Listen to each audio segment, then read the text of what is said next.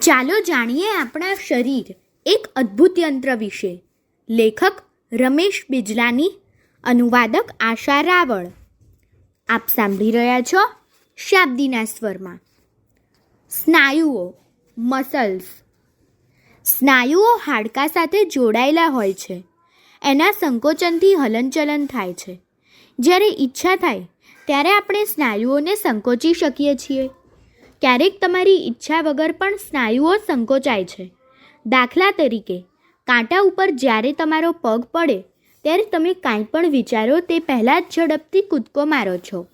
આવી ક્રિયાઓ જેમાં વિચારવાનું હોતું નથી તેને પરાવર્તી ક્રિયા કહે છે. પરાવર્તી ક્રિયા આપણને ઈજાઓથી બચાવે છે. અહીં એ ક્રિયા પગમાં કાંટાને ઊંડો ઉતરી જતો અટકાવે છે. પણ પરાવર્તી ક્રિયા પછી વિચારવું એ સારી વાત છે. ઉપરના કિસ્સામાં જો તમે થોડું પણ વિચારો તો તમે કાંટો જોઈ તેને સુરક્ષિત જગ્યાએ ખસેડશો, જેથી તમારો કે બીજા કોઈનો પગ તેના ઉપર ના પડે. વિચારવું હંમેશા સારું જ છે. વિચાર કરવો એ મગજનું કાર્ય છે. વધુ જાણકારી માટે આવતા પોડકાસ્ટમાં સાંભળીએ.